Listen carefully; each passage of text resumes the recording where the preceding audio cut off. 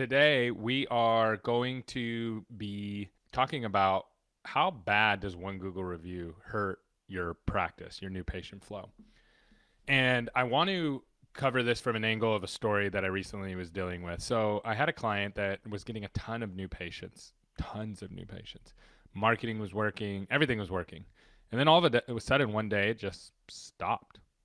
It just stopped. And we couldn't figure out what it was. So we went through, of course we checked, make sure the site's still ranking, make sure the campaigns are still working, making sure that the phone tree's right. I mean, we went through and we're working through all of that. And come to find out, there was actually an old article and an old review that started to pop up higher in the search engine about some issues in the past. I won't go into the issues in the past, but it was negative. And people were reading it. So people were Google searching, getting to the website, then going back out to look at the reviews and then seeing this article. And so, of course, you have to bury that. You have to push that down. But the moral of the story is this. You can have like thousands of good reviews. If you get one bad review and you don't deal with it and you don't see it, it will hurt your patient flow. Now, here's the good news for you. We have a checklist that you can go through that will help you respond to negative reviews. You go through, it tells you how to respond. The reason that most people struggle with responding to Google reviews, especially negative ones, is because it's emotional. We've all had bad Google reviews. In fact, just to help each other out, comment down below if you've ever got a bad Google review before. I'm going to be the first to go down and comment this. I have had a bad Google review. How about you? And this is the reason I want to call this out is everybody has bad Google reviews. There's nobody in the world that doesn't have bad Google reviews. We all do. And a lot of times dentists are perfectionists, and I appreciate that about them, that they want to do things the right way and they want to get things done.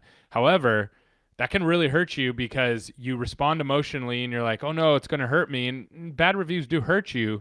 But if you respond to them correctly, you can actually turn your worst review into your best review. Now I'm going to give you the steps on how to do this. It's very, very simple. And then if you want it all in writing, I have that for you in a PDF. So step number one is you acknowledge the review. You don't dismiss it. Okay. I'm not saying you admit to anything, but you acknowledge it. You say, hey, thank you for your response. I wanted to let you know that we received it and we really appreciate your feedback. That's it. That doesn't mean you're culpable or you're admitting wrongdoing or any of those kind of things. Even if it's a fake person leaving a review, this is the correct way to respond to it. So that's step number one. Step number two is to say, we'd really like to get this right with you. Now that it's come to our attention, we'd like the opportunity to make this right. Here's the number to Susan, who's our office manager, or give a direct number to somebody. Give me a call when you have a moment. And then you talk through the problem with them. Now, here's the honest truth. If someone absolutely nuked you on Google, they're not going to call you. They're just not going to call you. And this is different for like B2C than B2B. Let me explain. In B2B, if someone leaves me a bad Google review, they're like, hey, I don't like this, that, or the other. I'm going to be like, hey, thank you for your feedback. And I can actually share both sides of the story because I'm not restrained by HIPAA. You're restrained by HIPAA and you're not allowed to say anything. So all you can do is show the public that you care enough to try to fix the problem. That's your only resource because of HIPAA. I know it's tricky, right? We get put in a really bad spot because you're not allowed to talk about it at all. So that's the first response. Now, most people are not going to call you. This is about the other thousands of people who are going to see this negative review and they're just wondering, is this person going to care if I go into the office and I have a problem? Is this office going to care? Do they care about me? Do they actually care if I have a problem, and are they going to listen to me, or are they just going to dismiss me? Which happens at dental offices quite often.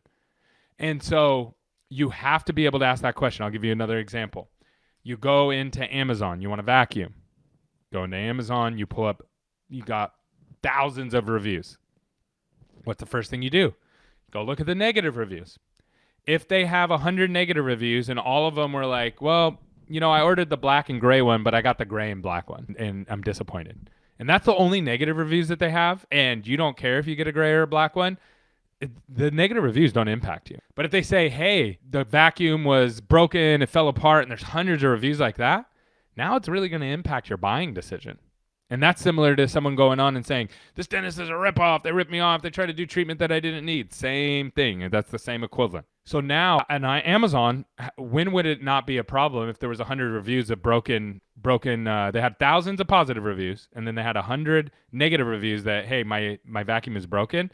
And then every one of them, the vacuum company responded and said, hey, we're sorry about the problem. We're taking care of it. We realized there was a bad batch of vacuums. We've already taken care of all of these, and your new vacuum is on the way. We're sorry about your trouble. That's it. And every one of them was responded to in that manner. Then you're going to be like, I feel good about that. This is like a company that's on top of it. That's what you want to create on your Google reviews. This is what you have to create on your Google reviews. Otherwise, you could be marketing, and a lot of people don't understand this. You could be marketing, and you're like, why isn't it working? It's the marketing. It's my front desk. It's this. And you're going and fixing all these things. And it's really like 2 negative reviews that you have that are just driving patients away. The other thing is, on your good reviews, you want to take those and you want to thumbs up them and respond to them. And you want to get other people to thumbs up them. Everybody in your office, all your family, all your friends, just thumbs up the review. What that does is those reviews will pop up first. And then you get more good reviews on top of it, and guess what's going to happen? The bad reviews get buried. And then when somebody does go look at them, you already responded to them. Very, very simple, very, very straightforward. Comment down below if you want that free resource. Happy to give it to you. If not, you have a great day. Thanks for tuning in.